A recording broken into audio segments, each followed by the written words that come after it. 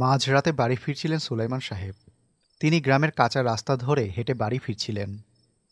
সুলাইমান। হঠাৎ তার কানে আসে একটা মৃদু আওয়াজ। মনে হচ্ছে যেন কেউ তার নাম ধরে ডাকছে, কারণ তিনি জানেন অনেক সময় ঝিনরা এগুলো করে। সুলাইমান, ও সুলাইমান, পেছনে দেখো। এবার কণ্ঠটা স্পষ্ট শোনা গেল। তবুও সুলাইমান সাহেব পেছনে তাকালেন না। কিন্তু পর মুহূর্তে যখন আবার সেই কণ্ঠটা শোনা গেল, তখন কণ্ঠটা সুলাইমান সাহেবের কাছে বেশ পরিচিত লাগলো। সেই জন্য সে পেছনে ফিরে তাকালো। তাকাতেই সে দেখল তার জ্যৈষ্ঠ ভাই তাকে পেছন থেকে ডাকছে। সে তাকে ইশারা করল ওই কবরস্থানের দিকে যেতে। সুলাইমান সাহেব কিছু না ভেবে তার পিছু পিছু চলে গেল সেই পুরনো কবরস্থানের কাছে।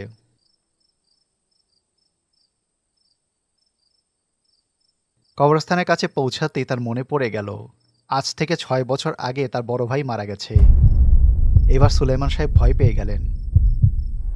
তিনি আর পেছনে ফিরে হাঁটতে পারলেন না।